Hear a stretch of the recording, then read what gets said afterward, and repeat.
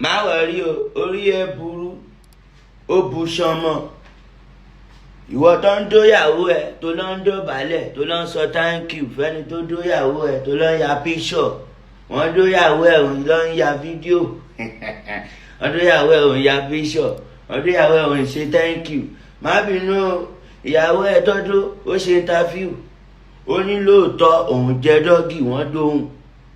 Ẹni tó dóyàwó ẹ ó ṣe interview. Òun gan ó jẹ́ thank you pé òun dóyàwó ẹ wọ́n dóyàwó ẹ ìyẹn ọ̀tọ̀. Ìwọ gan ó tún wá sọ thank you pọ̀ dóyàwó ẹ, ìyàwó ẹ gan tún wá testify pọ̀ dóhùn. So kí ló ń bá mi fà? Báyàwó ẹ fà àbí kó bẹ́ni tó dóyàwó ẹ fà? Súnmẹ́ni tó ń bájà ta ló fẹ́ láṣọ ya?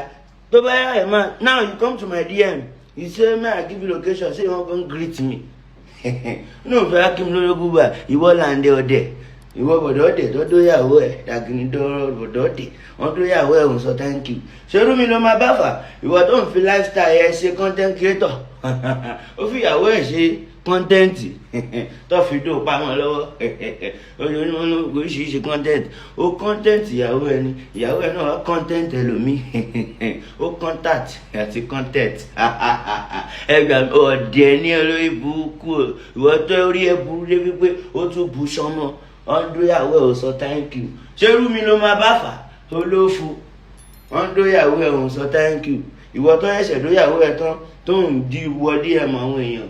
Is there any girl that want to shoot video? Wọ́n fẹ́ fi ìyàwó níyàwó ṣe content. Wọ́n ṣe pàyàwó rẹ̀.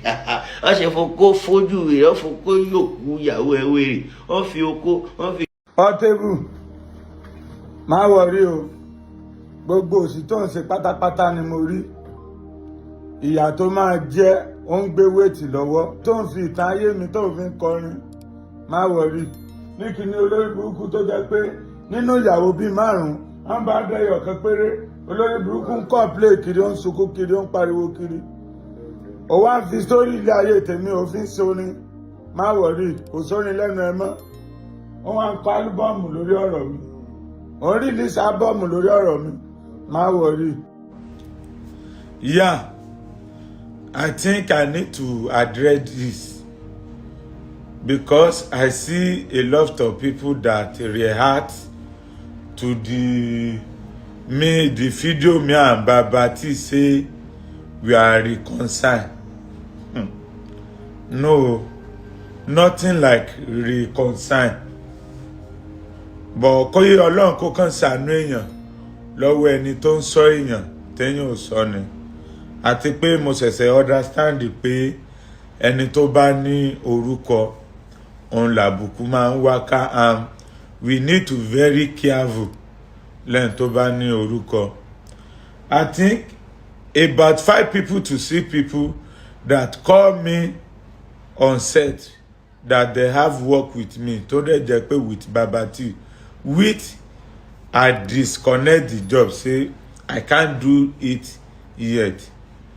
But unfortunately Yemi Eleso call me for a job and say and Lande I want to in my show and the title song celebrity show which is Yemi Eleso was be there for me so long when I need it too. To jẹ́ pé ìgbà tí mo need this was been there for me. So unfortunately when I get there bí mo ṣe ń sọ̀kalẹ̀ tí mo fẹ́ máa wọlé lọ báyìí bẹ́ẹ̀ ni Babati ló dé. Bí Babati dẹ̀ ṣe dé nínú mọ́tò láti di mọ́tò Babati dẹ̀ ṣe Lande I'm very sorry mo mọ̀ pé mo fuck up. Ìgbà yẹn mo ṣẹ̀ṣẹ̀ wá notice pé ó dààmú pé Yemi Eleso fẹ́ gbé mi àti Babati pọ̀ again and immediately I tell Yemi Eleso see I don't forget and forgive ó ti tẹ́nu mi but we can't work right now together. That's what I told him.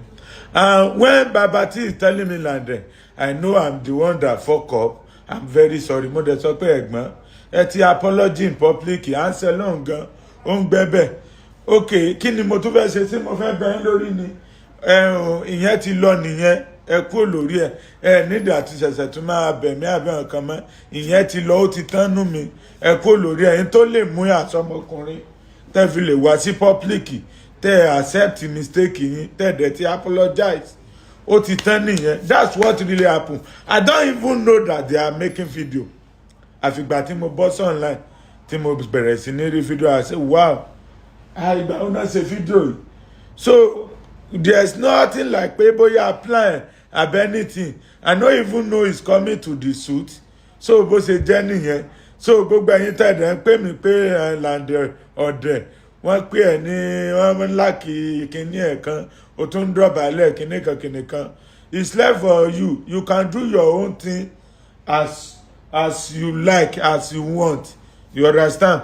So bí èmi ṣe rò pé mo lè ṣe tèmi nìyẹn bọ̀ kò ń ṣe pé bóyá reconcile or bóyá anything bó dẹ̀ ṣe jẹ́ ni mo ṣe sọ yẹn.